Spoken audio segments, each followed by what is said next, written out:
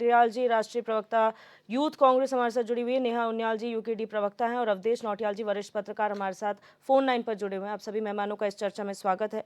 नवीन पिरसाली जी, बेरोजगारी एक बहुत बड़ा मुद्दा इस प्रदेश में नहीं पूरे देश में रहा है। इस प्रदेश की बात आप क्या करेंगे? मार्च 2023 के आंकड़े कहते हैं कि 0.83% जो है यहाँ का बेरोजगारी दर है, लेकिन उसके बाद भी यहाँ पे बेरोजगार बहुत सारे।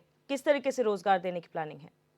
देखिए, हमारी सरकार रोजगार के लिए बहुत ही कोशिश कर रही है, बहुत संकल्पित भाव से काम कर रही है। अगर आप देखें तो अभी आपके टीवी चैनल पर ही बताया गया था कि माननीय मुख्यमंत्री जी ने पिछले साल रिकॉर्ड 6000 से ऊपर नौकरियां दी, जबकि पिछले कई वर्षों में यहाँ पर लगभग 7000 नौकरियां मिली। और उस लक्ष्य को बढ़ाते हुए इस वर्ष हमारी सरकार ने स्वास्थ्य विभाग में खासतौर पर और शिक्षा विभाग में बहुत रोजगार देने और जो रिक्त पद हैं उनको भरने का संकल्प लिया है। तो लगभग 10,000 भर्तियां यहाँ पर होनी हैं। आप देखते हैं कि पोस्ट कोविड हमने स्वास्थ्य विभाग को बहुत ज़्यादा दुरुस्त करने की कोशिश की, बहुत कमियां पहले से जो थी उनको दूर करने का काम किया।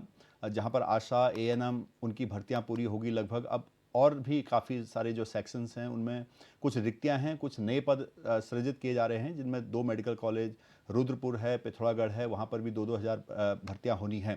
तो इस प्रदेश की भौगोलिक परिस्थिति को देखते हुए हमने अपने स्वास्थ्य सिस्टम को बहुत ही दुरुस्त करना है। क्योंकि पिथौरागढ़ एक मेन शहर है। अगर पहाड़ों का सबसे बड़ा शहर मैं कहूँ तो पिथौरागढ़ हमारे पास है। और कुमाऊं का जो सेंटर है वो प्लेन एरिया रुद्रपुर हल्द्वानी है। हल्द्वानी में मेडिकल कॉलेज है, तो रुद्रपुर में कॉलेज भी चाहिए। तो इन सबको देखते हुए हमारी सरकार ने एक लक्ष्य रखा है कि 2024 में हम सारी चीज़ों को दुरुस्त करते हुए, सभी पदों को भरते हुए यहाँ के रोजगार को भी बढ़ाएंगे और अपने स्वास्थ्य सिस्टम को भी सुदृढ़ करेंगे। जी, आरुषि सुंदरियाल जी, कांग्रेस सवाल क्यों उठा रही है जब नौकरियां दी जा रही हैं, आंकड़ा है और सरकार खुद कहती है अगर विपक्ष को जानना है तो तमाम सरकारी विभाग है वहां से डेटा आप लोग ले लीजिए, फिर सवाल क्यों? देखिए, क्योंकि हम देखते आ रहे हैं बार बार विज्ञप्तियां निकलती हैं, फॉरेस्ट गार्ड की भर्तियां हो, पटवारी की भर्तियां हो या नर्सिंग स्टाफ की भर्तियां हो, तो हम देख रहे हैं कि विज्ञप्तियां निकलती हैं और उसके बाद कोई ना कोई बहाना करके नौकरियां दी नहीं जाती। तो मुझे लगता है सिर्फ ढोंग ढकोसला ज़्यादा है और वाकई में इतने रोजगार दिए नहीं जा रहे हैं। और ये पूरा हमने इसको एनालाइज भी किया है, काफ़ी हमने इस पे काफ़ी डेटा भी निकाला है। तो हमें यही ज़्यादा लगा है कि जितना ये ढोंग ढकोसला कर रहे हैं उस हिसाब से दिया नहीं जा रहा और ये कहीं ना कहीं सिर्फ जनता को बेवकूफ़ बनाने की कोशिश कर रहे हैं। जनता को आए दिन ये सिर्फ जो है समाचार पत्रों में जो है अपना वो चाहते हैं कि आए दिन सुर्खियां बटोरने की इनकी नीयत ज़्यादा रहती है बजाय इसके कि ये नौकरियां वाकई में दें। नहीं तो आप देखिए, हमारी जो पहले से चलती आ रही भर्तियां हैं वो आप पूरी नहीं कर पा रहे ना। आप आए दिन सिर्फ विज्ञप्ति तो निकाल देते हैं लेकिन आप वाकई में काम नहीं कर पा रहे। हालात ये हैं। आप बात करते हैं आखिरी छोड़ के इंसान तक पहुंचने की, 200 का तो डेटा निकल आया है कि मसूरी विधानसभा, डोईवाला विधानसभा से आप किसानों के नाम का पैसा खा चुके हैं। ये तो ऑन रिकॉर्ड है। बाकी कितना आपने खाया वो कैसे पता लगेगा? वो तो धीरे धीरे सामने आएगा। ये तो सामने आ चुका है। तो कहीं ना कहीं अपने कुकर्मों पे पर्दा डालने का प्रयास है। कहीं ना कहीं जो आने वाला लोकसभा चुनाव है उसमें जनता की आंखों में धूल झोंकने का काम किया जा रहा है। तो मुझे ये लगता है कि साफ तौर पे जो भाजपा की ये जो नया लेकर आ रहे हैं ये 10,000 भर्तियां, ये सिर्फ किताबी बातें हैं। ये सिर्फ लुभावने सपने दिखा रहे हैं उत्तराखंड को और कुछ नहीं है। ये सिर्फ दीवारों पे लीपापोती करके लोगों की आंखों में धूल झोंकना जानते हैं। वाकई में जमीनी हकीकत जो उत्तराखंड की है वो इससे बिल्कुल विपरीत है। उत्तराखंड में बेचैन हो रहा है युवा ये सोच सोच के कि उसकी आयु निकली जा रही है, किस प्रकार से उसे जो है नौकरी मिलेगी। जो लोग नौकरियों की तैयारियां कर रहे थे, जो लोग नौकरियों का इंतजार करते करते 7 वर्ष निकल गए हैं, लोगों की आयु निकल चुकी है, वो परेशान हो रहे हैं, वो बेचैन हो रहे हैं। और भाजपा सिर्फ आए दिन विज्ञप्ति निकाल के नौकरियां ना देके लोगों के साथ खिलवाड़ कर रही है। ठीक है, नेहा उनियाल जी, क्या आपको भी यही लगता है जो कांग्रेस सवाल उठा रहे हैं कि वाकई यहाँ का युवा त्रस्त है और रोजगार नहीं मिल पा रहा है, बेरोजगारी ज़्यादा है, इसके बजाय जो भारतीय जनता पार्टी बोल रही है कि हमने रोजगार दिए हैं और आगे भी नए रोजगार के सृजन किए जाएंगे? देखिए मैम, पहले तो धन सिंह रावत जी के जो उन्होंने घोषणा की है उसके इस घोषणा का हम सम्मान करते हैं, स्वागत करते हैं। लेकिन कागजी कार्यवाही से ज़्यादा अगर एक ज़मीनी स्तर पे हम देखें तो वे कागजी कार्यवाही ज़्यादा हैं। ज़मीनी अगर हम स्थिति देखें तो बेरोज़गारी में कोई फ़र्क पड़ता नहीं है अभी तक। और सबसे बड़ी बात आप देखिए 7 सालों में कितनी नियुक्तियां हुई हैं, ये अभी क्यों? तो सीधी सी एक प्रश्न तो सबसे पहले यही उठता है कि यह अभी क्यों? क्योंकि अप्रैल में हम सभी जानते हैं कि लोकसभा चुनाव होना है। उस चुनाव के चलते क्या ये एक चूरन दिया जा रहा है? यहाँ के युवा को बरगलाने की एक साजिश है। मुझे ऐसा लगता है कि चाहे कांग्रेस हो या बीजेपी हो, वर्तमान समय में सरकार को सबसे पहले जो चाहिए, राज्य को मजबूत कराने के लिए सबसे पहले नीतियां बनानी चाहिए।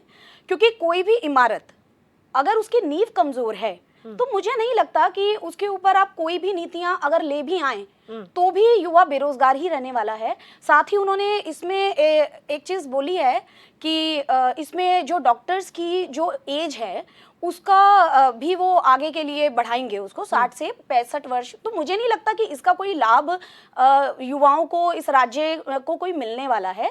और अगर हम देखें तो अन्य राज्यों में भी जहां पर डॉक्टर्स की जो एक एज है निर्धारित, वो कई जगहों पर ज्यादा है, पर उसका कोई लाभ तो है नहीं। सीधे सीधी बात है कि युवाओं को इसमें भी अगर देखा जाए तो नौकरियों पर ही गाद गिरने वाली बात है। तो मैं तो धामी सरकार से ये आग्रह करूंगी और निवेदन करूंगी कि सबसे पहले राज्य को मजबूत करने का कार्य करें यदि वे वाकई कुछ करना चाहते हैं।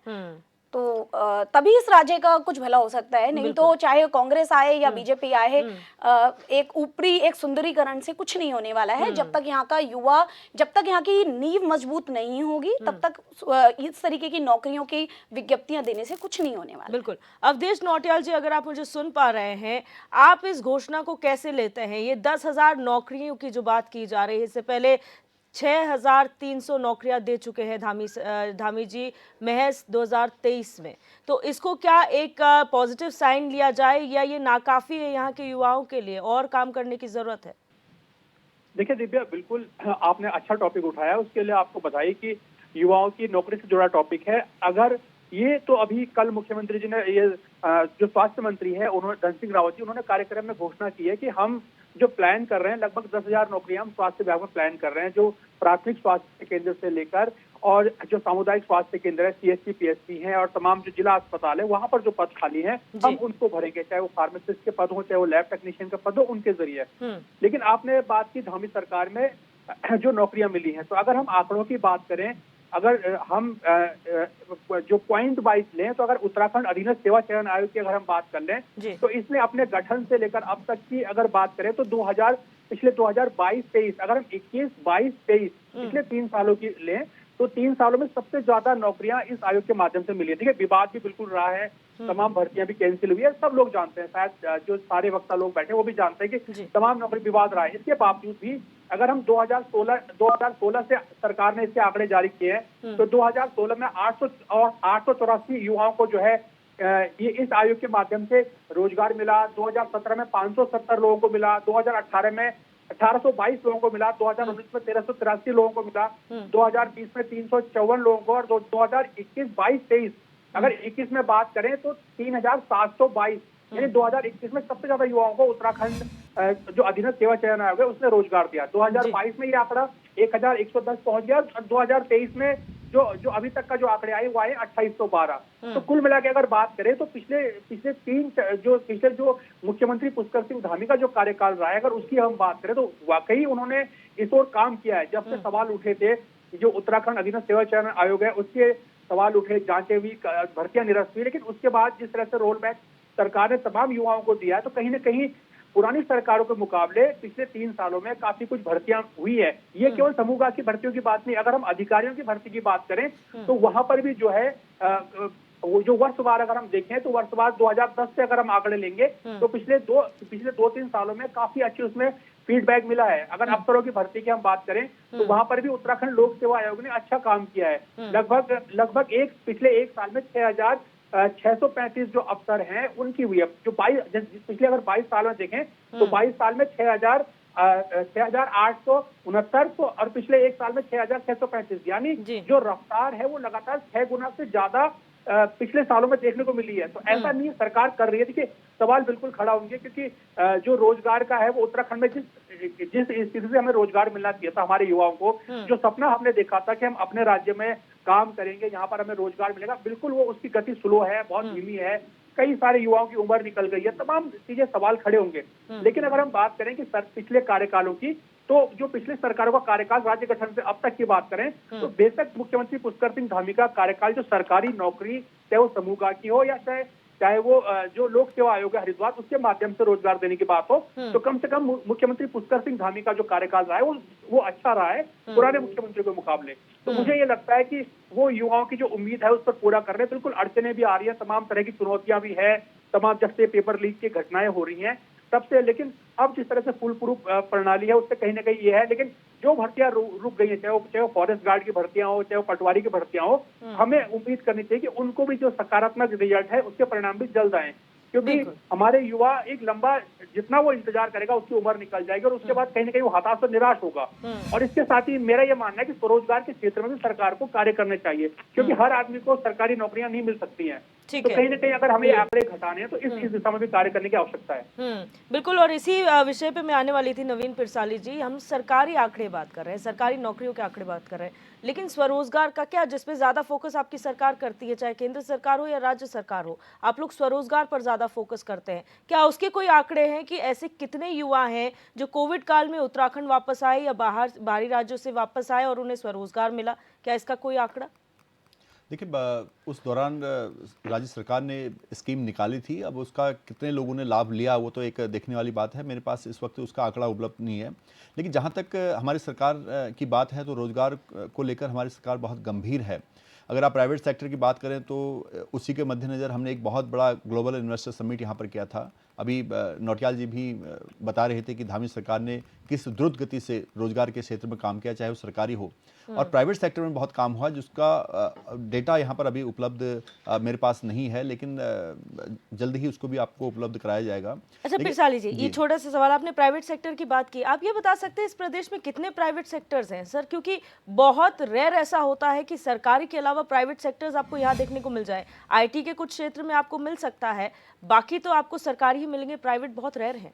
नहीं, देखिए, आप हर यहाँ मैन्युफैक्चरिंग भी होती है, चाहे आप मोटर पार्ट्स की बात करें तो वो भी यहाँ पर होता है, चाहे एफएमसीजी सेक्टर्स की बात करें वो भी यहाँ पर है, आईटी सेक्टर भी यहाँ पर है, तकरीबन बहुत सारे सेक्टर है, इलेक्ट्रिकल छोटे छोटे कंपोनेंट्स की बात है वो भी यहाँ पर मैन्युफैक्चरिंग होते हैं। तो बहुत सारे सेक्टर्स हैं हमारे जो इंडस्ट्रियल एरिया है उसमें बहुत सारी फैक्ट्रीज काम में हैं और बहुत सारी फैक्ट्रियों को अभी लाने के लिए जो ग्लोबल इन्वेस्टर समिट हमने यहाँ पर किया है, इसका एक बहुत बड़ा इम्पैक्ट यहाँ पर होगा और हमारी सरकार ने इसको इस फरवरी मंथ में धरातल पर उतारने के लिए 44,000 करोड़ धरातल पर उतारने के लिए बहुत कमर कस ली है, अधिकारियों को निर्देश दिए हैं। तो सरकार चाहती है, धामी जी चाहते हैं कि जल्दी से जल्दी वो पैसा इन्वेस्टमेंट यहाँ पर आए, यहाँ पर औद्योगिकरण हो, यहाँ पर वेलनेस सेंटर बने, यहाँ पर टूरिज्म यहाँ पर फले फूले। तो बहुत सारे सेक्टर्स में हमारी सरकार प्राइवेट जो इन्वेस्टर्स हैं उनके माध्यम से इन्वेस्टमेंट कराना चाह रही है ताकि यहाँ पर रोजगार बढ़े। और हमारा मकसद है कि उसमें उत्तराखंड के जो उद्यमी हैं वो भी शामिल हो और जो युवा पीढ़ी हमारी आ रही है, क्योंकि हमारा ये लंबा रिकॉर्ड रहा है कि हम सर्विस माइंडेड लोग रहे हैं हमेशा और सर्विस चाहे वो फौज की हो, आर्मी हो या अन्य सेक्टर में हो, हमने आज तक बहुत सारी नौकरियां की हैं। लेकिन अब धीरे धीरे सरकारों के माध्यम से, जन चेतना, सामाजिक संस्थाओं के माध्यम से और जो लोग यहाँ से पढ़े लिखे बाहर गए, उन्होंने अपना उद्यम स्थापित किया और फिर वापस आए यहाँ पर, वो लोगों को ये बता रहे हैं कि अगर आपको आगे बढ़ना है, उत्तराखंड को समृद्ध बनाना है, तो आपको नौकरी लेने वाला नहीं बल्कि देने वाला बनना चाहिए। तो इसके लिए सरकार प्लेटफॉर्म उनको उपलब्ध करा रही है। तो अब मुश्किल यहाँ पर यह थी कि हमारे पास इन्वेस्टमेंट नहीं था, पैसा नहीं था। अब पैसा कहाँ से लाया जाए? तो सरकार ने अपने स्तर पर प्रयास किए, धामी जी ने अपने स्तर पर प्रयास किए, विदेशों में भ्रमण किया, लोगों से बातचीत की, बड़े बड़े उद्योगपति संपर्क में आए और जो हमने लक्ष्य रखा था 2.5 लाख करोड़ का, और वो लक्ष्य पार होके एमओयू साइन हो गए 3,56,000 करोड़। अब हमारे लिए यह है कि हम कितना उसको धरातल पर उतार पाते हैं। तो इसलिए सरकार ने कमर कस ली और इतने जल्दी रिजल्ट देने के लिए सरकार तैयार है कि 15 फरवरी तक 44,000 करोड़ का लक्ष्य जो है धरातल पर आना चाहिए। तो एक सिंगल विंडो बना दी गई है और यहाँ पर नोडल ऑफिसर्स नियुक्त कर दिए गए हैं, उनकी देखरेख में खुद मुख्यमंत्री रिव्यू कर रहे हैं। तो जब ये पैसा ग्राउंड पर लगेगा, अलग अलग उद्योग धंधों में लगेगा, तो आप देखना कि यहाँ प्राइवेट सेक्टर में बहुत सारा रोजगार आएगा और 10,000 नौकरियां ये भी आएंगी और भी नौकरियां आएंगी। तो 2025 तक जो माननीय मुख्यमंत्री जी का लक्ष्य है कि उत्तराखंड देश का अग्रणी राज्य बने, हम उसको हासिल करके रहेंगे। इसीलिए सारी चीजें तैयार हो रही हैं और आप देखेंगे 2025 तक हम बहुत सारी नौकरियां यहाँ पर उपलब्ध कराएंगे। इतना रोजगार पैदा होगा कि यहाँ पर युवा कम पड़ जाएंगे, बल्कि बाहर वालों को भी यहाँ पर नौकरी मिलेगी। बिल्कुल, हम यही उम्मीद करते हैं कि जो आप कह रहे हैं वो सच हो और आगामी जो 2025 का आप लोगों ने लक्ष्य रखा है वो साकार हो सके। बहरहाल वक्त हो चला है एक छोटे से ब्रेक का यहाँ पर, और ब्रेक के उस पार भी लगातार हम चर्चा करेंगे कि उत्तराखंड में कितने रोजगारों की जरूरत है और कौन कौन से ऐसे क्षेत्र हैं जहां पर रोजगार चाहिए। आप बने रहिए हमारे साथ।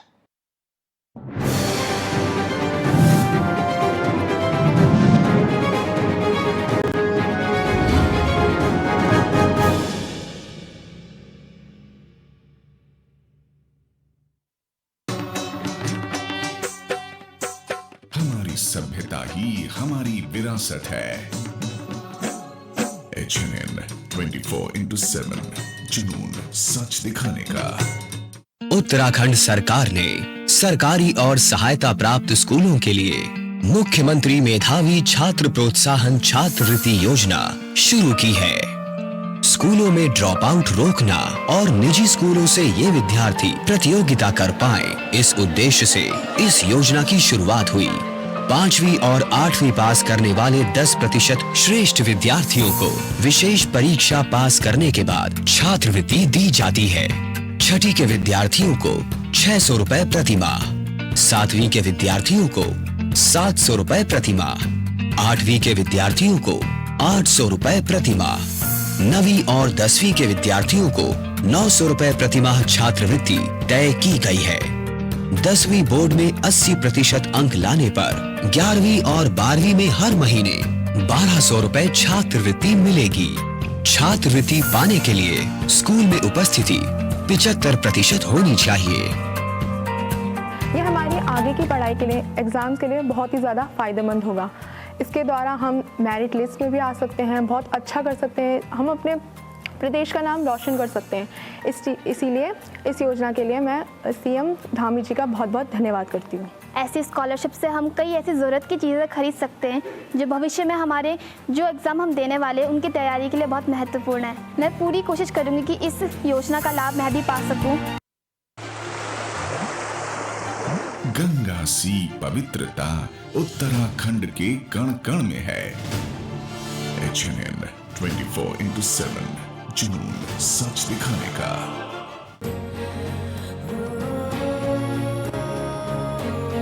उग रहा है उम्मीद का नया सूरज। HNN 24/7 जुनून सच दिखाने का।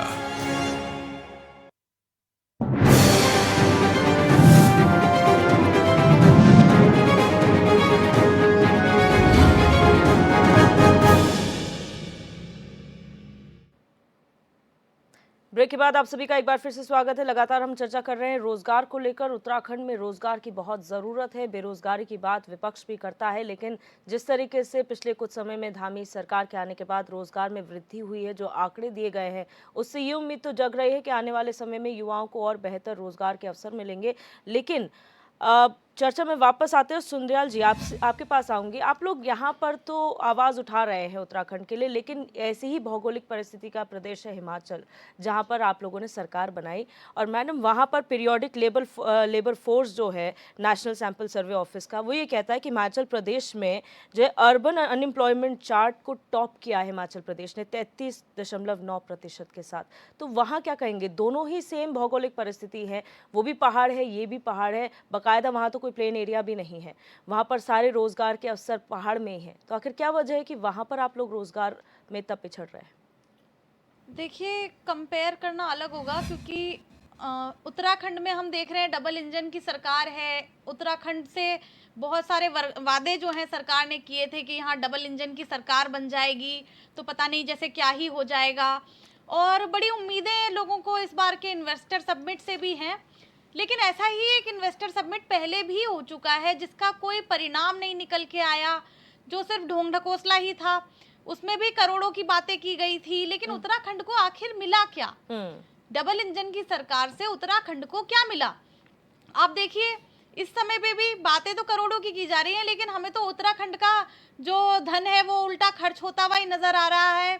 हमें तो सिर्फ यही नजर आ रहा है कि इन्वेस्टर समिट के चक्कर में बहुत शहर की दीवारों पे लीपापोती तो हो चुकी है, लेकिन इन्वेस्टर समिट से उत्तराखंड को क्या मिलेगा वो तो जब सूरज निकलेगा तो सबको दिख जाएगा।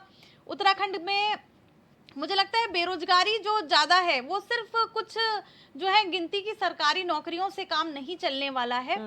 प्राइवेट सेक्टर में जो है भले ही भाजपा के पास आज कोई डेटा ना हो, लेकिन ये डेटा तो हमारे पास है कि यहाँ बड़े बड़े शटडाउन हुए हैं, यहाँ लगातार जो है यहाँ से बड़ी बड़ी कंपनियों ने पलायन किया है।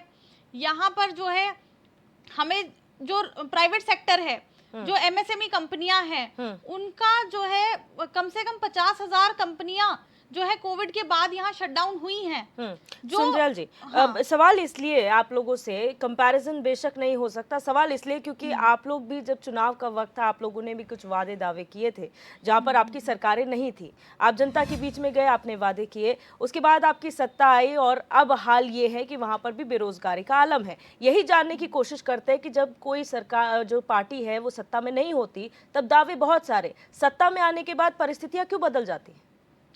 देखिए, ऐसा नहीं है, हमारी सब सरकार उत्तराखंड में पहले रही है तो यहाँ पर जो है कृषि में उसमें भी बहुत काम हुआ है, हरीश रावत जी के समय पर भी बहुत काम हुआ है, लेकिन इस समय पर जो प्रदेश के हालात हैं तो कृषि क्षेत्र में तो हमारा जो है पूरी तरीके से इन्होंने कृषि क्षेत्र को जो है अलाभकारी बना दिया है।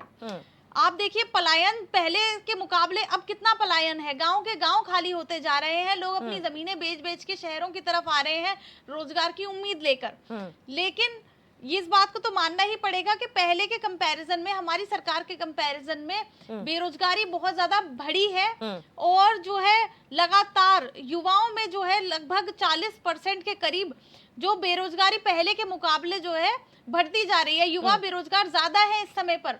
उत्तराखंड जो है कहीं ना कहीं नशे के उसमें डूबा जा रहा है, लोग डिप्रेस हो रहे हैं, लोग नशे कर रहे हैं और उत्तराखंड में सबसे ज्यादा ये चीज जो है युवाओं को बहुत इफेक्ट कर रही है, घर खराब हो रहे हैं लोगों के और इस पे कोई कंट्रोल सरकार का नहीं है।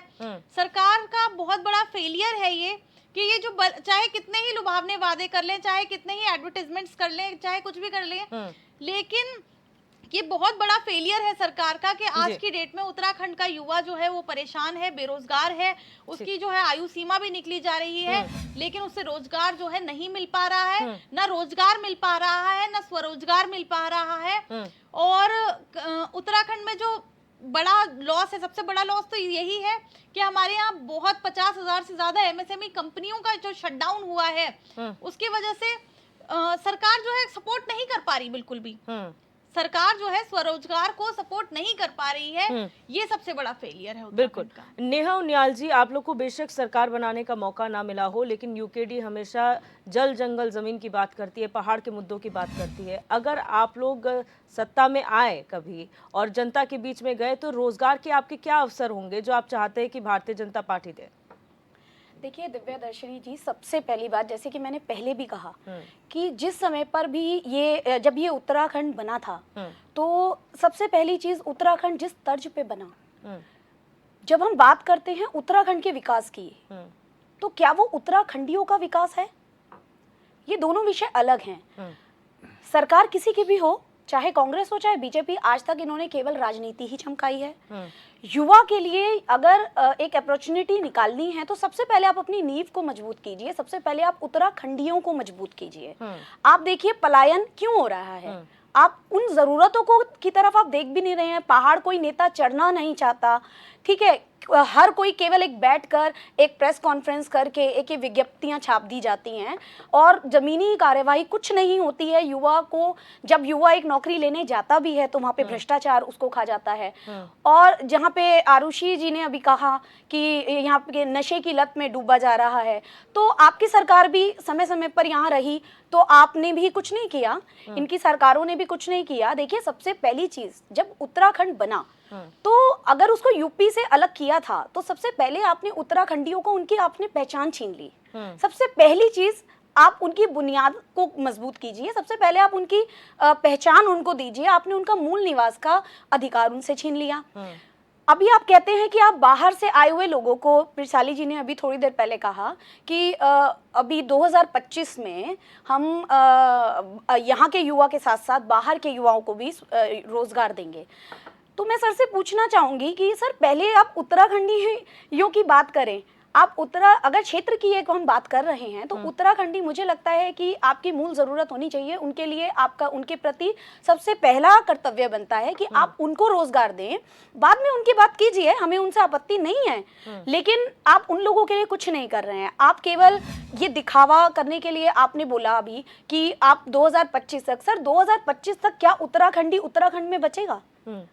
यहाँ पे नौकरियां आप कह रहे हैं कि बाहर से अभी इन्वेस्टर्स आए, उन्होंने आपने सबसे पहले मूल निवास का वो हटाकर, पहले आपने बोले, आपकी सरकार ने यहाँ पे था कि 500 गज से ज़्यादा बाहर का व्यक्ति ज़मीन नहीं खरीद सकता, फिर उसको आपने हटाकर 300 गज किया, उसके बाद उसको अब इस समय तो पूर्णतः हटा दिया।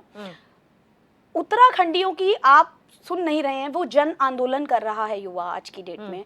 आप उनको इस तरीके से बरगला नहीं सकते। आज का युवा आपसे यही चाह रहा है कि आप उत्तराखंड का विकास की बात बाद में करें, पहले उनको मजबूत करने का कार्य करें। उत्तराखंड स्वयं ही मजबूत हो जाएगा। उत्तराखंड के अंदर अपनी संभावनाएं, बहुत संभावनाएं हैं। यह बहुत क्षमता वाला क्षेत्र है।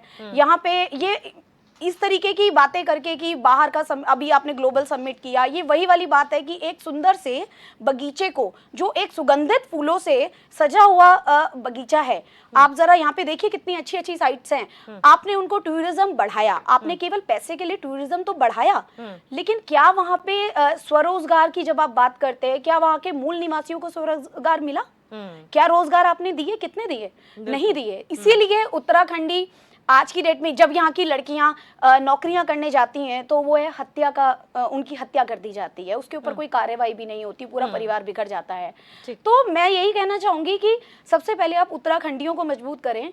आपकी सरकार से हम सम्मान करते हैं, बीजेपी सरकार का, कि ठीक है, धामी सर जी खुद भी एक युवा नेता हैं और उनसे बड़ी उम्मीदें हैं, हमें भी उम्मीदें हैं कि वे अच्छा कार्य करें।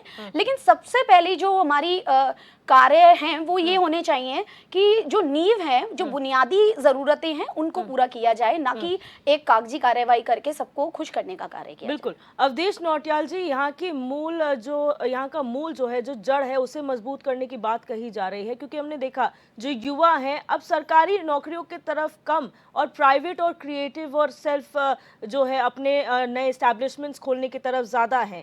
तो क्या उनको प्रोत्साहित नहीं करना चाहिए? क्योंकि हमने ऐसे कई युवा देखे जो बाहर दिल्ली, बॉम्बे जैसे शहरों में जाके होटेलियर्स होते हैं, वहाँ पर खाना बनाते हैं, वहाँ पर हाउस हेल्प तक होते हैं, लेकिन वो यहाँ पर रहकर वही काम नहीं कर सकते। तो क्या उनके लिए वैसी स्तर के बड़े अपॉर्चुनिटीज और ट्रेनिंग सेंटर्स नहीं होने चाहिए इस प्रदेश में? देखिए, बिल्कुल दिव्या, आपने सही बात कही और ये चीजें होनी भी चाहिए। लेकिन क्या है कि जब हम शुरुआत से अगर इसको देखें, हम वर्तमान की बात तो कर रहे हैं, लेकिन हम राज्य गठन से अगर लेकर इस चीज को चलें तो जो प्लानिंग अगर राज्य गठन के टाइम अगर प्लानिंग है सही ढंग से मजबूत प्लानिंग होती, जो हमारी शुरुआती सरकारें थी वो ढंग से प्लानिंग करती, तो शायद आज हमारी उत्तराखंड की स्थिति बहुत अच्छी होती है। देखिए, हमारा पड़ोसी राज्य हिमाचल है, वो भी एक अलग राज्य है, वो भी एक पहाड़ी राज्य है। वहाँ की स्थिति अगर आप देखेंगे, कभी आप गई होंगी तो तमाम चीजें वहाँ, कभी आपको अखबारों में इस तरह की बातें या तमाम चीजें नहीं सुनने को मिलेंगी। वहाँ पहाड़ में भी अधिकारी कर्मचारी, अस्पतालों में तमाम चीजें वहाँ पर भी उपलब्ध हैं, क्योंकि उन्होंने जो शुरुआत से जो नींव रखी थी, जब पहले जो मुख्यमंत्री थी या जो पहली सरकार थी, जो उन्होंने प्लानिंग की थी, वो ठोस प्लानिंग की थी कि किस आधार पर हमारा प्रदेश चलेगा। लेकिन यहाँ पर ये चीजें इसका उलट हुई कि हम यहाँ सरकारें तो बदलती रही, 23 साल गुजर गए, लेकिन इन 23 सालों में धरातल पर हमें अपने पहाड़ों के विकास को लेकर, अपने युवाओं के विकास को लेकर, उनकी शिक्षा, स्वास्थ्य, रोजगार को लेकर जो हमें सोचना चाहिए था, वो प्लानिंग नहीं हुई है। देखिए, अब जो एक जो मजबूत धरातल पर प्लानिंग होनी चाहिए थी, वो नजर नहीं आई। स्वरोजगार की प्लानिंग हमें राज्य गठन के समय करनी थी कि पहाड़ का युवा मैदान का रुख न करे, उसको अपने घर गांव में ही अच्छा रोजगार उपलब्ध हो, ताकि वो अपने गांव में ही रहकर ही अपनी आर्थिकी को मजबूत कर सके। वहीं उसके बच्चों की शिक्षा के लिए अच्छे स्कूल होने चाहिए थे। अगर आप देखेंगे तो आज एक के बाद एक जो सरकारी स्कूल है वो पहाड़ों में बंद होते जा रहे हैं। अब पहले 2 गांव के नजदीक एक स्कूल हुआ करता था, अब वो बंद होकर 5 गांव के नजदीक एक स्कूल चला गया। तो बहुत सारी चीजें जो चेंजेस शुरू में होने चाहिए थे वो चेंजेस नहीं हुए। अब वर्तमान की अगर हम बात कर रहे हैं तो वर्तमान में थोड़ा सुधार दिखाई दे रहा है। आज जो है पहाड़ों में कई होम स्टे खुले हैं, बहुत सारे होम स्टे में युवा जो है रोजगार मिल रहा है। कोरोना के टाइम से जो सरकार ने प्रोत्साहित करने का काम किया वो एक अच्छी प्रयास थी, लेकिन उस प्रोत्साहित के बाद उसका फीडबैक लिया जाना बहुत जरूरी था कि जितने युवा यहाँ कोरोना काल में आए उन्होंने क्या क्या रोजगार किया। स्थानीय जो जनपद है वहां पर उनको उत्तरदायित्व देना चाहिए था, कमेटी या सेल्स जो है गठन करके कि कितने युवाओं ने या होम स्टे खोलने के लिए या अपने यहाँ मशरूम उत्पादन के लिए या अपने यहाँ उद्यान खोलने के लिए या अपने यहाँ डेयरी खोलने के लिए कितने युवाओं ने यहाँ रोजगार की मांग की, कितने युवा इससे जुड़े, सरकार ने उसको लेकर क्या कुछ प्लानिंग करी। तो जब हम प्लानिंग करते हैं तो प्लानिंग के हिसाब से उसका कुछ ना कुछ फीडबैक मिलता है। देखिए चीजें आ रही हैं, उम्मीद है जिस गति से अब काम हो रहा है तो अभी तो परिणाम नहीं मिलेंगे, लेकिन आने वाले 2040 के आसपास जो आने वाले 20 साल बाद की स्थितियां शायद उनमें सुधार देखने को मिले। जिस तरह से युवा अब लौट रहा है, अपने होम स्टे में काम कर रहा है, बागवानी से जुड़ रहा है, एप्पल फार्मिंग की ओर काम कर रहा है, तो पहाड़ों में ये नहीं कि काम नहीं हो रहा है, लेकिन उस काम की गति बहुत धीमी है। उस गति में तेजी साल दर साल आएगी। सरकार को है कि मजबूत नीतियां सरकार बनाए, सरकारी नौकरियों के अलावा जो स्वरोजगार की चीजें युवाओं को प्रोत्साहित करे, स्थानीय स्तर पर जो ब्लॉक है, ब्लॉक के बाद जो पंचायत घर है वहां से युवाओं को कनेक्ट करे, वहां तक जो है रोजगार पहुंचे कि युवा क्या क्या चीज से जुड़ सकते हैं। तो तब शायद सुधार की चीजें यहाँ हो सकती है। अगर हम एकदम से कुछ करेंगे कि सब लोग एकदम से मुंबई, दिल्ली, यहाँ से लोग लौट के अपने प्रदेश में आ जाएंगे, तो अभी ये चीजें असंभव है। क्योंकि देखिए हर कोई एक अच्छी लाइफ चाहता है और वो चाहता है कि वो अच्छा पैसा कमाए, अच्छी आर्थिकी करे, उसका अच्छा घर हो, तमाम चीजें हो। तो जब तक हम ये सपना अपने पहाड़ में नहीं दिखाएंगे कि आपको पौड़ी में, रुद्रप्रयाग में, पिथौरागढ़ में, अल्मोड़ा में वहां कर रहकर भी आपके सारे सपने सच हो सकते हैं। आपका बेटा डॉक्टर बन सकता है, आपका बेटा इंजीनियर बन सकता है, स्थानीय पढ़ाई करके भी आपको अच्छा रोजगार मिलेगा, आप अच्छी आर्थिकी मजबूत करेंगे। आपकी सड़कें तो उस पर टाइम लगेगा। देखिए अब सड़कें अब बन रही हैं, मजबूत सड़कों की कनेक्टिविटी अब मजबूत हुई है, तो इसका परिणाम अभी तो नहीं, लेकिन कम से कम आज से 20 साल बाद जरूर अच्छा देखने को मिलेगा। बिल्कुल। नवीन पिरसाली जी, हम बात कर रहे हैं 10,000 रोजगार की साल 2024 के लिए और खासतौर पर स्वास्थ्य के सेक्टर में, और ये भी कहा जा रहा है कि जो स्पेशलिस्ट डॉक्टर है उनका रिटायरमेंट एज जो है 60 से बढ़ाकर 65 कर दिया जाए। लेकिन समस्या तो हमारे प्रदेश में यही है ना सर कि डॉक्टर हो, अधिकारी हो, पहाड़ चढ़ना कोई नहीं चाहता, यहाँ तक कि मंत्री तक पहाड़ नहीं चढ़ना चाहते हैं। ऐसे कई जिला अस्पताल पहाड़ों में है, पहाड़ी जिलों में, जिसके लिए प्रदेश बना था पहाड़ के लिए। वहां पर आपको डॉक्टर्स नहीं दिखेंगे, लोग दूर दूर कितने किलोमीटर से पैदल चलकर जिला अस्पताल पहुंचते हैं, डॉक्टर ही नहीं है, स्पेशलिस्ट नहीं है, वहां पे उपकरण नहीं है। तो फिर क्या फोकस वहां नहीं होना चाहिए? देहरादून डेवलप हो गया, हरिद्वार डेवलप हो गया, उधम सिंह नगर डेवलप हो गया, जरूरत है जिलों की, ऊपर जो जिले बसे हुए हैं, क्या उनके लिए जरूरत नहीं है? बिल्कुल आप सही कह रहे हैं। और अभी के परिदृश्य में अगर देखें तो सबसे ज़्यादा ज़रूरत वही है जहां पहाड़ों में लोग कठिनतम जीवन जी रहे हैं, और सरकार का काम होता है उस कठिनतम जीवन को सुगम बनाना, और हमारी सरकार लगातार उस पर काम कर रही है। तो वहां पर सबसे पहले हमने रोड इंफ्रास्ट्रक्चर पूरा तैयार किया है। अभी आप देख रहे हैं इस भर्तियों में भी हम पिथौरागढ़ का जो मेडिकल सेंटर है उसको फोकस कर रहे हैं। वहाँ पर 1000 भर्तियाँ लगभग वहाँ पर होनी है ताकि वो मेडिकल सेंटर सुचारू रूप से चल पाए, क्योंकि वो नॉर्थ ईस्ट जो उत्तराखंड है हमारा एक हिसाब से उसके लिए बहुत महत्वपूर्ण है। उत्तराखंड पिथौरागढ़ हमारे पर्वतीय क्षेत्रों का सबसे बड़ा शहर भी है। बागेश्वर, चंपावत और पिथौरागढ़ 3 जिले सीधे रूप में उसमें जुड़े हैं, और पश्चिमी अल्मोड़ा, पूर्वी अल्मोड़ा की अगर मैं बात करूं तो वो भी उस पर जुड़ा हुआ है। तो वहाँ पर अगर एक बड़ा मेडिकल सेंटर बनता है तो पहाड़ के लोगों को बड़ी राहत मिलती है। अब मैं बात कर रहा था कि हमारी सरकार, आपने पूछा था कि प्राइवेट सेक्टर में क्या रहा करके, तो प्राइवेट सेक्टर की अगर मैं बात करूं तो वर्ष 2021-22 और 22-23 का अगर आंकड़ा बताएं तो लगभग 53,000 नौकरियां प्राइवेट सेक्टर में यहाँ पर सृजित की गई है उत्तराखंड में, और सरकारी आंकड़े भी आपके पास हैं। तो ये जो सरकार है, धामी सरकार के नेतृत्व में यहाँ पर जो कार्य किए जा रहे हैं ये आज भी परिणाम दे रहे हैं, कुछ वर्षों में और ज्यादा परिणाम देंगे, और ये कार्यकाल वर्षों तक याद किया जाएगा। जिस तरह से हिमाचल में डॉक्टर परमार साहब का कार्यकाल याद किया जाता है, और हिमाचल को काफ़ी समय अलग हुए हो गया अलग स्टेट बने हुए हो गया। उत्तराखंड 23 वर्षों में उतना नहीं हो पाया शहीदों के सपनों के अनुरूप, लेकिन धामी सरकार, माननीय मुख्यमंत्री जी अपनी ऊर्जा के अनुसार और सभी को साथ में लेकर जो उत्तराखंड का विकास कर रहे हैं, वो सपनों को साकार करने के लिए जिन शहीदों ने अपनी शहादत दी थी, उसके लिए संघर्षरत हैं। उनके लिए राज्य सर्वोपरि है। भारतीय जनता पार्टी की सरकार जनहित की सरकार है, जनता की सरकार है और राज्य सर्वोपरि की भावना से काम कर रही है।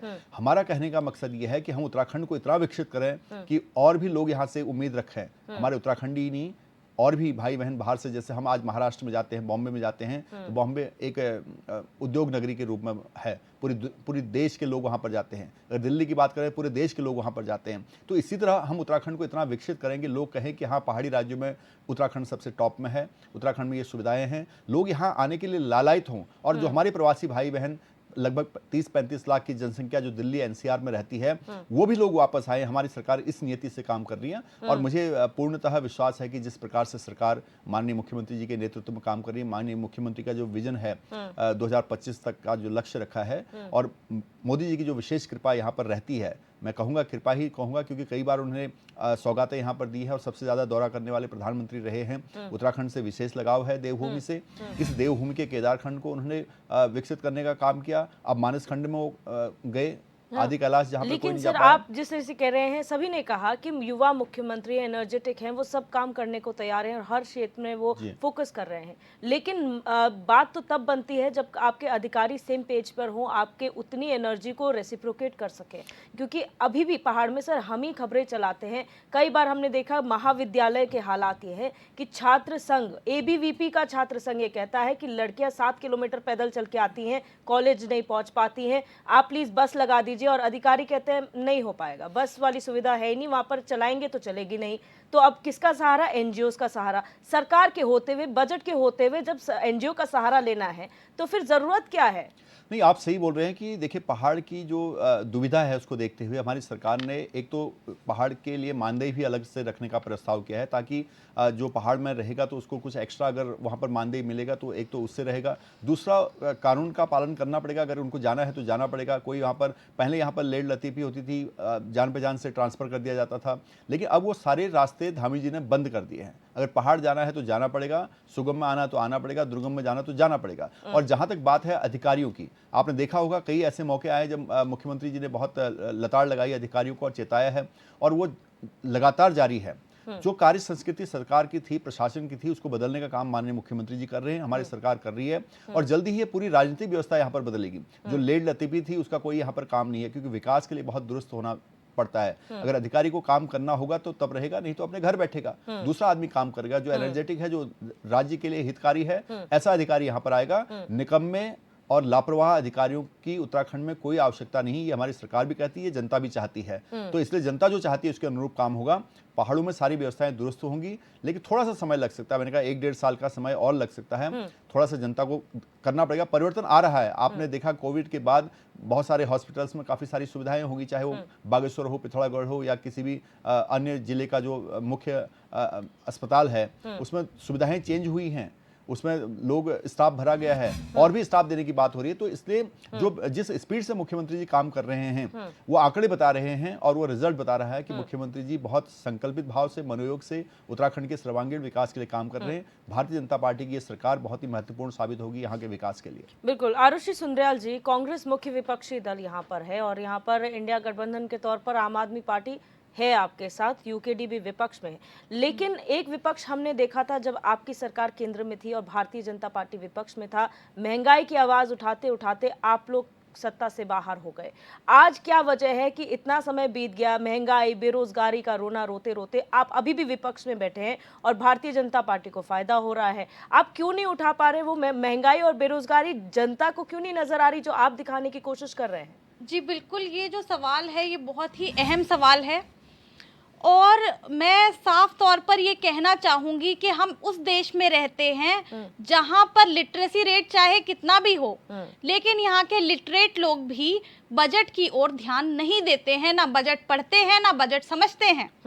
और जो मेन मुद्दे हैं, हमारी महंगाई का मुद्दा हो, बेरोजगारी का मुद्दा हो, उससे ध्यान भटका के भाजपा जो है धर्म की राजनीति खेल रही है, जिसमें जो धर्म की अफीम लोगों को चटाई जा रही है, लोगों को उसमें अब मजा आने लगा है और लोग पूरी तरीके से भूल चुके हैं कि देश में राजनीतिक मुद्दे आखिर हैं क्या।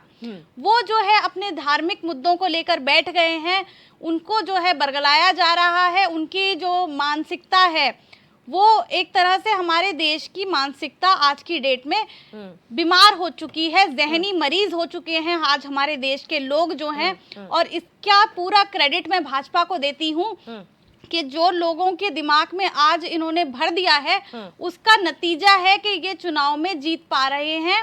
बाकी जो मुद्दे हैं, आप देखिए अडानी का मुद्दा है ना, इतने गंभीर मुद्दे हैं कि सारा देश एक आदमी लूटे जा रहा है। भाजपा जो है इस देश की संपत्ति जो है लुटाई जा रही है, लेकिन लोग देखने को तैयार नहीं हो रहे।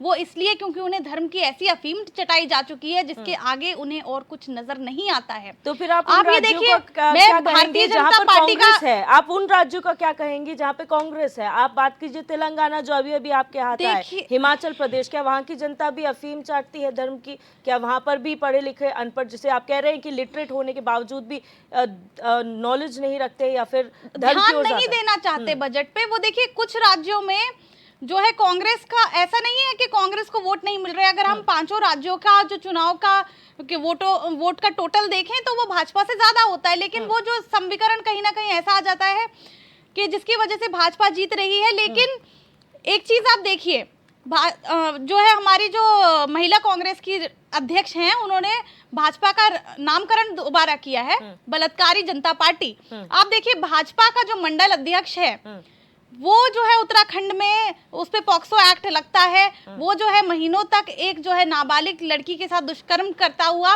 जो है पाया जाता है। आप यूपी की बात करें, योगी आदित्यनाथ जी की यूपी में जो है एक छात्रा के साथ जो है गैंगरेप हो जाता है। भाजपा के आईटी सेल के पदाधिकारी 3 उसमें 1 नवंबर को वो कांड होता है। उसके बाद जो है पूरा इलेक्शन निमटने तक वो मामला कहीं सामने नहीं आने दिया जाता। तो क्या है ये? तो कहीं ना कहीं जो है भाजपा का प्रभाव देखिए आप, ना समाचार पत्रों में ऐसी कोई बात आई ना कुछ। इतने टाइम तक बड़े बड़े मामले ये दबा के रखते हैं। आप चाहे अंकिता का मामला देखिए, वो उसके तार भाजपा से जुड़ते हैं। देश में जो हो रहा है वो हकीकत सामने नहीं आ पा रही है और चुप्पी साधे हुए हैं। चाहे वो मणिपुर में जो महिलाओं को नग्न जो है पदयात्रा कराई हो, चाहे ये भाजपा के आईटी सेल वाले लोग जो है महिला के साथ दुष्कर्म करते हुए नजर आते हैं, गैंगरेप करते हुए नजर आते हैं। इतनी बड़ी बड़ी घटनाएं हमारे देश में हो जाती हैं, लेकिन चुनाव का पर्दा उन पे डाल दिया जाता है। वो लगातार भाजपा के लिए काम करते रहते हैं इतना बड़ा दुष्कर्म करने के बाद भी। तो देश की जनता को ये से सच छुपाया जा रहा है। जो देश की जमीनी हकीकत है लोगों को वो नहीं दिखाई जा रही। तो यानी कि मोहब्बत की दुकान, नफरत की बाजार में मोहब्बत की दुकान नहीं खोल पा रहे राहुल गांधी, यही वजह है कि आप लोग विपक्ष में हैं? हम लोग अपनी तरफ से, हमारा दायित्व है कि हम लोगों की आंखें खोलने का प्रयास करें।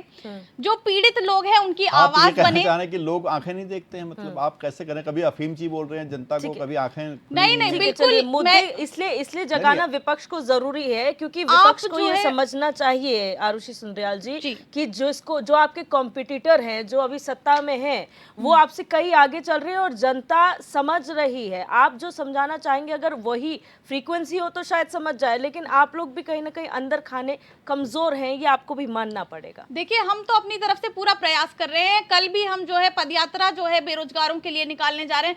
हम जनता को जगाने का पूरा प्रयास कर रहे हैं, लेकिन जिस मार्ग से भाजपा चलती है उस मार्ग पे हम कभी नहीं चलेंगे। वो चल भी नहीं सकते ना। कांग्रेस कैसे चल सकती है? कांग्रेस कैसे चल सकती है? हम क्योंकि एक सेक्युलर पार्टी है, हम जो है लोगों को जो सही तरीका है हम उसी से चलेंगे, चाहे लोग जागे नहीं जागे, देर से जागे, लेकिन हम जो अपना तरीका है हम उस पे फोकस्ड रहेंगे। हम कोई गलत तरीके का इस्तेमाल नहीं करेंगे, लोगों को बरगलाने की कोशिश नहीं करेंगे, लोगों को भटकाने की कोशिश नहीं करेंगे। जो भाजपा कर रही है वो हम कभी नहीं करेंगे। और एक ना एक दिन वो टाइम जरूर आएगा जब जनता की आंखों से आधे लोग समझ चुके हैं, धीरे धीरे सारे लोग समझेंगे कि जो भाजपा गंदा खेल खेल रही है, जो भाजपा लड़ा रही है लोगों को आपस में, जो देश का माहौल भाजपा बना रही है, जो देश को बर्बाद करने का काम भाजपा कर रही है, तो हमारा जो जो सभी पार्टियों का जो इंडिया गठबंधन है वो भी सिर्फ एक प्रयास है लोगों को जगाने का और लोगों को, देश को बचाने का प्रयास है। जो सारी पार्टियां आज एकजुट हैं, भाजपा के खिलाफ एकजुट हैं, देश को जो बर्बाद करने की कोशिश हो रही है उसको लेकर हम एकजुट हैं। बिल्कुल ठीक है, मैं शॉर्ट में आप नेहा उनियाल जी आपसे जवाब लूंगी, फिर फाइनल कमेंट की ओर जाऊंगी। देखिए मैम, जहाँ तक अभी आरुषि मैम ने कहा कि हम जनता को जगाने का काम कर रहे हैं, मैडम जनता को जगाने की जरूरत नहीं है। उत्तराखंडी खुद जगी हुई है और इसीलिए जन आंदोलन किए जा रहे हैं, लगातार जन आंदोलन किए जा रहे हैं। तो ये तो बेकार की बात है, आप अपना समय वेस्ट कर रहे हैं, तो अपना समय को बल्कि बचाइए, आप किसी अच्छे कार्य में लगाइए, ताकि जो अच्छे कार्य अगर सरकार कर रही है तो उसकी सराहना कीजिए।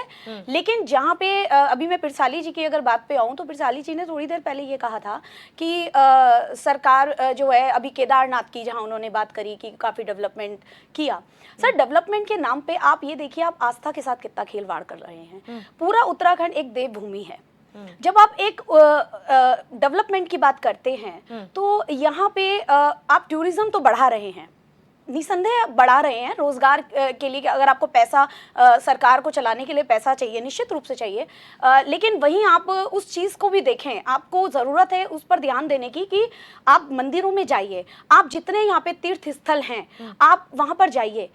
जो एक टूरिस्ट की दृष्टि से वहाँ पे घूमने आता है, उसके लिए तो वह आता है और घूम कर चला जाता है, उसके बाद लेकिन वहाँ पे आप ज़रा गंदगी का माहौल देखिए। देवभूमि क्या ऐसी होनी चाहिए? नहीं, ऐसी नहीं होनी चाहिए। हमारी प्रकृति और हमारी संस्कृति इस प्रदेश की मूल जरूरत है, उसका ध्यान रखना चाहिए। बिल्कुल, शॉर्ट में फाइनल कमेंट लूंगी। अवधेश नौटियाल जी आपसे शुरू करूंगी, बहुत शॉर्ट में फाइनल कमेंट। अब आपको क्या लगता है किस तरीके से रोजगार के अवसर बढ़ेंगे, क्या होना चाहिए? देखिए, मुझे ये लगता है कि जो हमें जनपदवार हमें प्लानिंग करने की आवश्यकता है और उसके लिए हमें जो प्लानिंग बनानी चाहिए वो पहाड़ों से बनानी चाहिए। हमें पर्वतीय जनपदों को फोकस में रखकर प्लानिंग बनानी चाहिए, चाहे वो स्वरोजगार का क्षेत्र हो, चाहे वो सरकारी नौकरियों का क्षेत्र हो, तमाम चीजें। अगर हम मैदानी जनपदों की बात करें तो मैदानी जनपदों का जो विकास है वो काफी अच्छा हो चुका है। हम अगर पहाड़ के जनपदों को, जो पर्वतीय जनपद है, हम वहाँ पर उन जनपदों को भी हम एक कमेटी बने तो ये देखें कि हमारे जो पर्वतीय जनपद है उसमें कौन सा जनपद जो विकास में पीछे रह गया है। तो हमें उन जनपदों को लेकर प्राथमिकता में कार्य करना होगा, वहाँ पर रोजगार को लेकर कार्य करना होगा, वहाँ पर रोजगार को लेकर, स्किल डेवलपमेंट को लेकर काम करना पड़ेगा। और चीजें जो है बिल्कुल ग्राउंड जीरो पर उन पर फोकस होना चाहिए। ये नहीं कि हवाई घोषणाएं हो जाएं कि ऐसा होगा और ये चीजें होंगी। अगर जब हम धरातल पर काम करेंगे, किसी चीज को लेकर काम करेंगे, स्किल डेवलपमेंट हम आके स्थानीय युवाओं को करेंगे, तो अगर हम अभी से भी इन चीजों को लेंगे तो मैं ये मानता हूँ कि आने वाले 10 साल में कई सारे युवाओं को स्किल में मजबूत होंगे, वो स्थानीय लेवल पर अपना रोजगार करेंगे। तो शायद हम 10 साल बाद इस तरह रोजगार पे बहस नहीं कर रहे होंगे, कई युवाओं को रोजगार मिल चुका होगा, ये संख्या बिल्कुल घट चुकी होगी। बिल्कुल, नेहा उनियाल जी बहुत शॉर्ट में फाइनल कमेंट में। देखिए, मैंने जैसे पहला अभी भी कहा कि आप विकास के नाम पर जो आप कर रहे हैं, ठीक है, आप विकास कीजिए, लेकिन जहाँ तक मैंने कहा कि उत्तराखंडियों को सबसे पहले मजबूत कीजिए। यहाँ पे ये प्रदेश खुद इतना सक्षम है कि जब आप उत्तराखंडियों को मजबूत करेंगे, यहाँ के उद्यमियों के साथ काम करके, जो उद्योगपति हैं उनके साथ आप काम करें, ताकि रोजगार स्वयं ही पैदा होगा। और ऐसा नहीं है, ये बहुत ही संभावनाओं वाला क्षेत्र है। यहाँ पे बहुत सारी चीज़ें ऐसी हैं जो स्वास्थ्यवर्धक चीज़ें यहाँ पे ही होती हैं और प्रदेशों में नहीं होती हैं। तो यदि उन पर आप विकास की और कार्य करेंगे तो ज़्यादा अच्छा है। बिल्कुल, आरुषि सिंगरल जी बहुत शॉर्ट में फाइनल कमेंट। देखिए, भाजपा का जो लक्ष्य है वो बहुत अच्छी बात है अगर वो अचीव कर लें तो, लेकिन ये लोग जो करते हैं, जिस स्ट्रैटेजी पे ये काम करते हैं कि ये सिर्फ जनता को दिखाने के लिए नौकरियां निकालते हैं और उसके बाद वो नौकरियां देते नहीं हैं और आए दिन फिर उसको भूल जाते हैं लोग और आए दिन नई विज्ञप्तियां आ जाती हैं। अभी ये जो घोषणा है ये सिर्फ घोषणा मात्र है, धरातल पे इसे उतरने में समय लगेगा। और ये मुझे लगता है आने वाले लोकसभा चुनाव की तैयारी है, उनको सिर्फ जो है जनता के वोट बटोरने हैं, इसलिए इस तरह की बातें, घोषणाएं हो रही हैं। नवीन पिरसाली जी बहुत शॉर्ट में फाइनल कमेंट। देखिए, भारतीय जनता पार्टी की सरकार अंतिम जनपद नहीं बल्कि अंतिम गांव को प्रथम गांव मानकर विकास के लक्ष्य को साध रही है। और जिस प्रकार से भारतीय जनता पार्टी की विजनरी सरकार उत्तराखंड में धामी जी के नेतृत्व में काम कर रही है और केंद्र की सरकार माननीय मोदी जी के नेतृत्व में काम कर रही है, मुझे पूर्ण रूप से आशा है कि 2025 तक उत्तराखंड इस देश का अग्रणी राज्य बनेगा और हम सभी युवाओं को रोजगार देने में पूरी तरह से कामयाब रहेंगे और हम और भी अतिरिक्त रोजगार यहाँ पर उपलब्ध करेंगे ताकि हमारे भाई बहन जो बाहर प्रवासी भारतीय उत्तराखंडी हैं और भी विदेशों में हैं वो सब उत्तराखंड की ओर आकर्षित हो, उत्तराखंड खुशहाल हो, शहीदों के सपनों के अनुसार बने, यही हमारा लक्ष्य है और इसको सरकार पूरी तरह से तय करके रहेगी। बिल्कुल, आप सभी मेहमानों का इस चर्चा में जुड़ने के लिए बहुत बहुत शुक्रिया। आज हमने रोजगार को लेकर चर्चा की कि उत्तराखंड में एक बार फिर रोजगार देने की बात कही जा रही है। 2024 का लक्ष्य महज स्वास्थ्य विभाग के लिए रखा गया है और ये भी कहा गया है कि जो गेस्ट टीचर्स हैं उनका भी कहीं ना कहीं मानदेय बढ़ाया जाएगा। 10,000 नौकरियों का लक्ष्य है स्वास्थ्य विभाग में। अब देखना ये होगा कि महज स्वास्थ्य विभाग ही ये नौकरियां देता है और सेक्टर्स में नौकरियां मिलती है और बम्पर नौकरियों की बात यहाँ पर कब होती है, क्योंकि यहाँ के बहुत ज़रूरत है यहाँ के युवाओं को सेल्फ रिलायंट करना, यहाँ पर नौकरियां देना ताकि यहाँ से पलायन घटे और यहाँ का और ज़्यादा विकास हो सके, 2025 का लक्ष्य हासिल हो सके। बहरहाल क्वेश्चन आवर में मेरे साथ बस इतना ही। आप देखते रहिए HNN 24/7, जुनून सच दिखाना।